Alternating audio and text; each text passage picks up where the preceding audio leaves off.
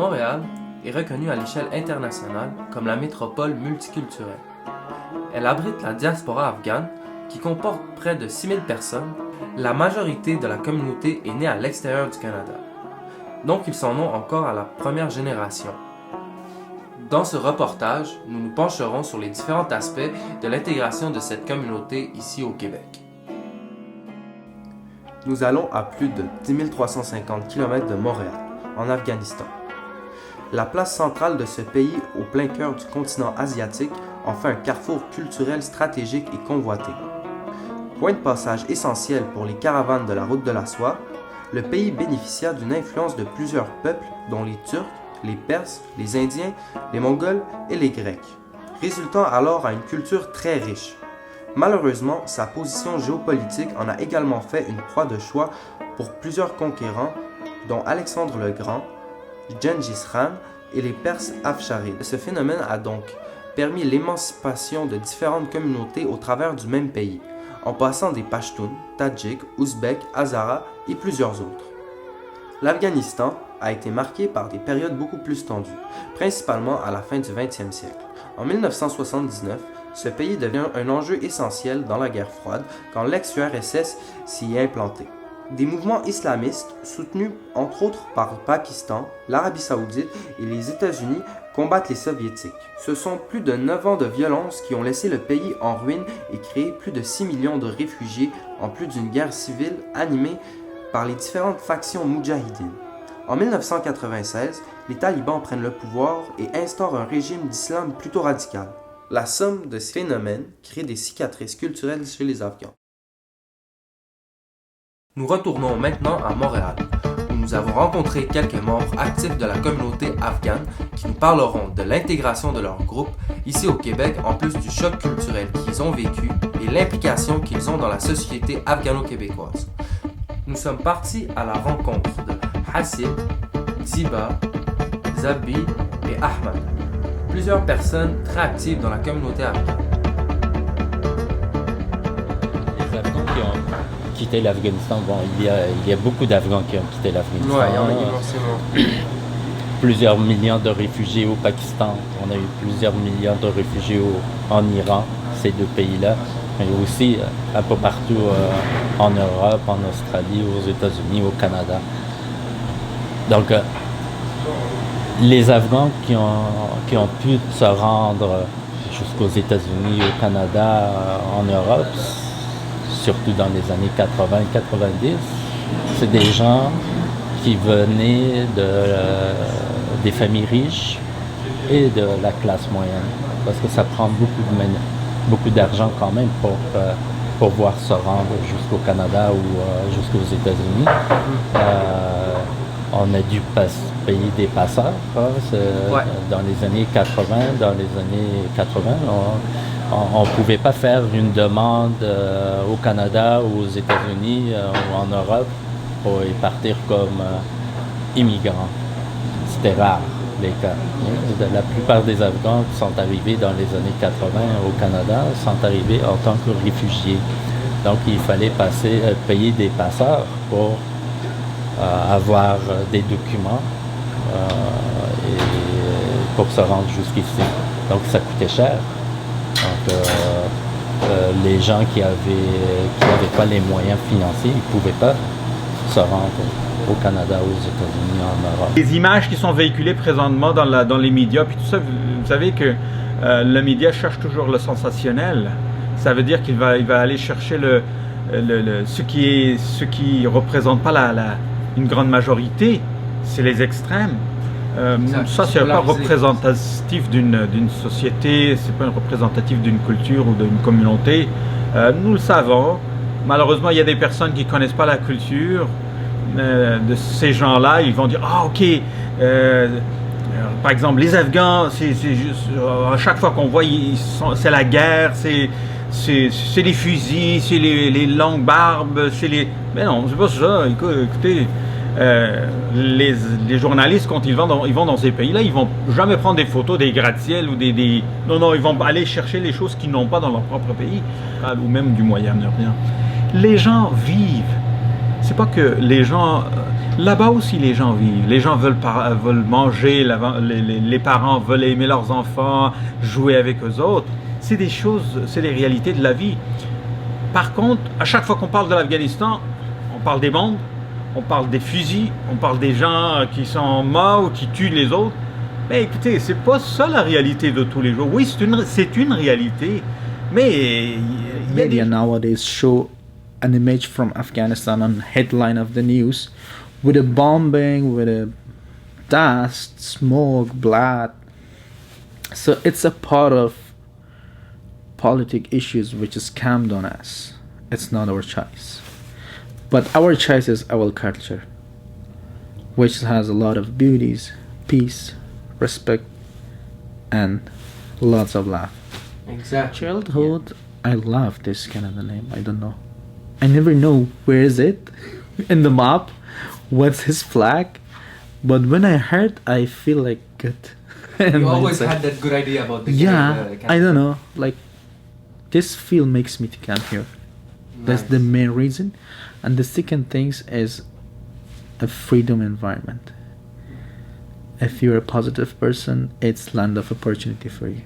Oui, c'est ça. Alors, vous voyez, les choses qui étaient bien vues là-bas en Afghanistan sont mal vues ici. Les choses qui sont mal vues ici, c'était vice-versa. Hein. Là-bas, les jeunes filles, il ne faut pas qu'elles rient en public, hein, c'est mal vu. Alors qu'ici, une jeune fille qui rit en public, ça veut dire que cette fille-là est heureuse, cette fille-là est en bonne santé, que ça va bien dans sa vie. Alors que là-bas, une jeune fille qui rit en public, c'est quelqu'un qui ne vient pas d'une bonne famille, ça représente comme une fille facile en Afghanistan pendant que les talibans étaient au pouvoir. Hein, tout ce qu'on voyait, c'était des femmes en burqa, des hommes avec des turbans, des kalachnikovs, des hommes qui tuaient des femmes. Alors, pendant longtemps, moi, j'avais honte de mes origines.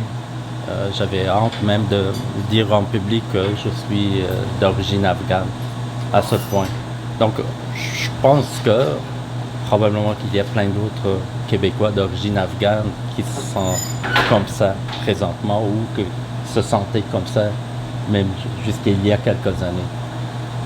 Parce que dans ces pays-là, c'est l'homme qui contrôle tout. C'est l'homme qui prend la parole si on va magasiner, si on va chez le médecin, c'est l'homme qui parle. Hein? Même si ça concerne la femme, si on adresse la parole à une femme, c'est le monsieur, c'est le mari ou le père qui répond.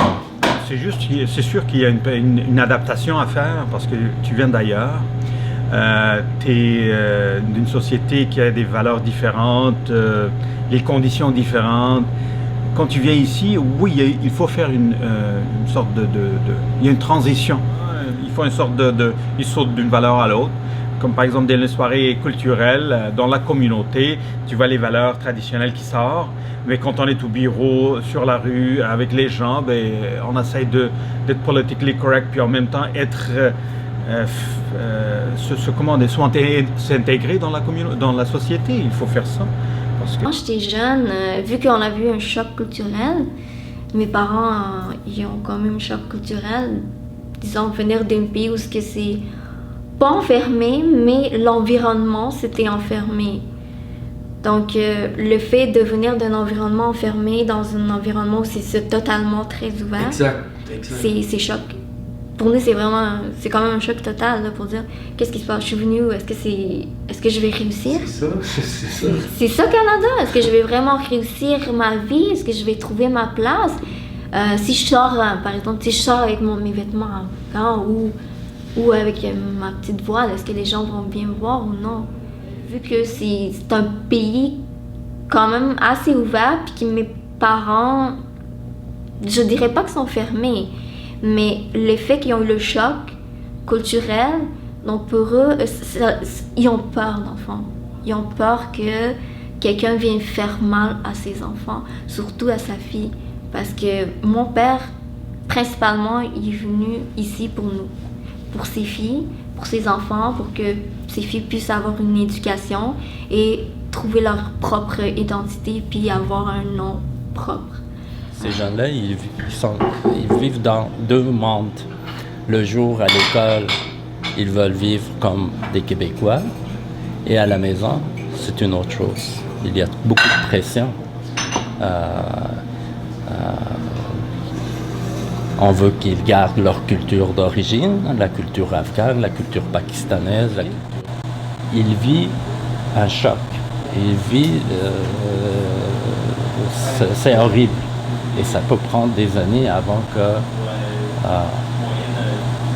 qu'ils se sentent à l'aise, avant qu'ils se sentent bien dans leur peau. L'honneur familial occupe une place primordiale dans la culture afghane. Les familles ne veulent pas que leurs différends éclatent au grand jour. C'est le cas exceptionnel de la famille Shafia, dont le père, la femme et le fils ont commis un immonde crime d'honneur. C'est au moment où le père a perdu le contrôle sur sa première femme et ses 3 filles. Ils ont commis l'irremplaçable. Ce cas isolé montre à quel point des gens ne peuvent pas vivre un choc culturel. Il y a une si forte convergence de valeurs entre la société d'accueil et la culture du pays d'origine que certains membres de cette famille n'ont malheureusement pas su s'y adapter. Bien dans leur peau. Dans mon cas, pendant de nombreuses années, je me sentais perdu quand je suis arrivé à Montréal. Je me sentais perdu, c'est le mot que je peux utiliser. Et chez eux, avec moi, ça m'a pris 20 ans, 25 ans d'accepter que oui, je peux aller prendre une bière et c'est correct. Alors que avant, là, je vais prendre une bière avec mes collègues de travail, mais là, s'il y a des Afghans qui me voient, qu'est-ce que ça fait?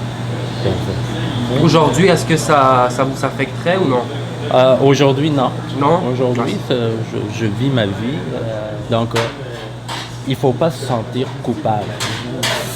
Si j'ai la possibilité de profiter ce que la société québécoise m'offre, il faut que j'accepte, il faut que je profite, il faut que je m'ouvre à ma société d'accueil. Parce que ça ne donne rien de me sentir coupable. Parce que je ne peux rien faire. Si je me sens coupable, je ne peux rien faire pour l'Afghanistan ou pour le peuple afghan. Exactement. Même dans sa langue d'origine, il n'est pas capable d'écrire ou de lire. Alors, arriver dans un nouveau pays, apprendre une autre langue, c'est pas simple. Déjà, pour les jeunes, c'est difficile. Alors que pour quelqu'un qui arrive à l'âge de 40 ans, 45 ans, qui avait appris, qui a été quelques années à l'école en Afghanistan, 2e année, 3e année, et qu'après il était obligé d'aller travailler. Donc pour ces gens-là, c'est pas évident. Je peux dire que c'est dur.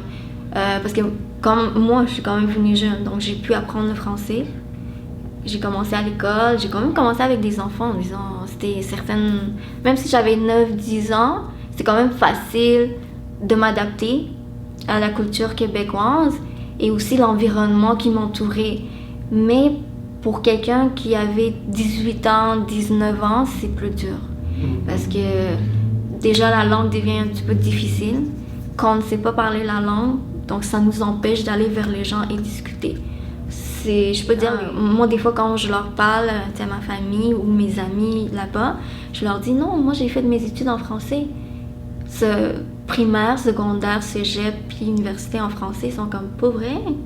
Mais tu n'habites pas en France, tu habites au Canada. Okay.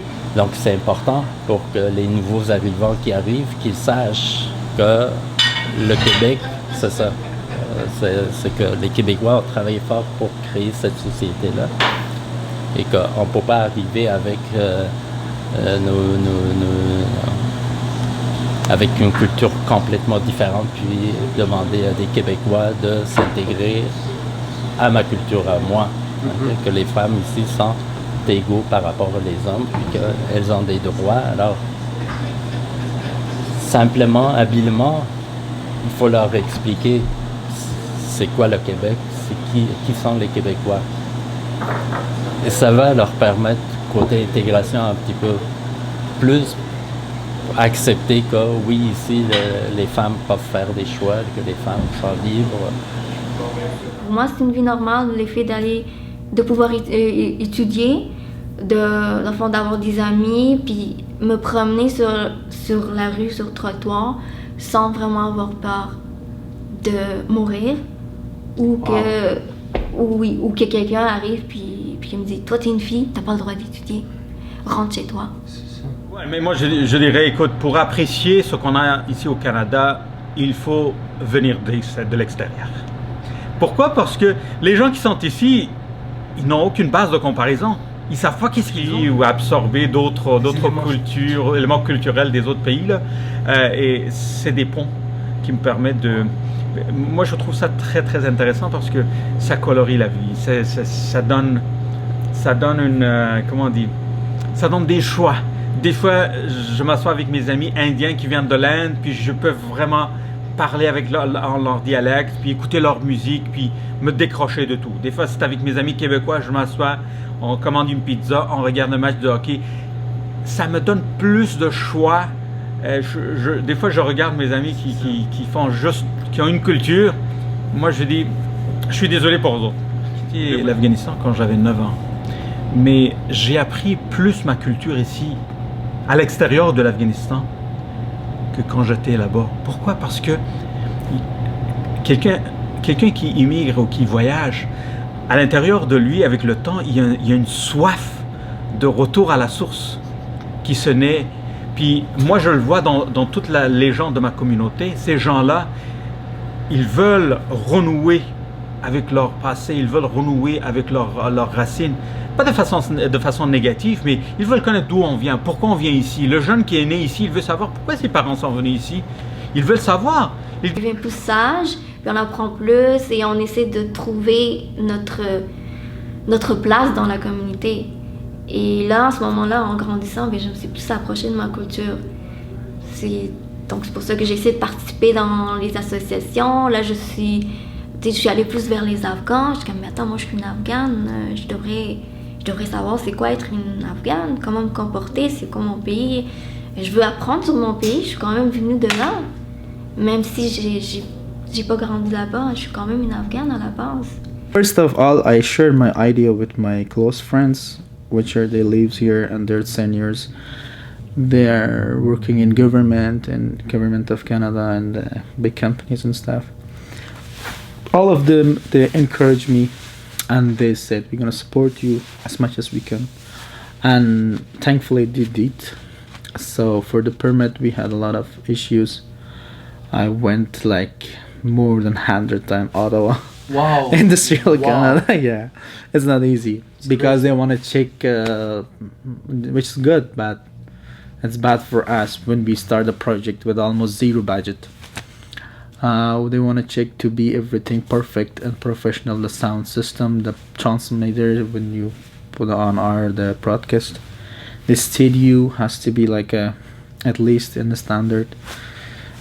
So they kind of help us. In Ottawa, there was some Afghans. They were working in government, and they guide us a lot. They guide me a lot. They will help me a lot, and I can appreciate and say thanks from here. And from Montreal, there are like I have now a 20 people volunteering team.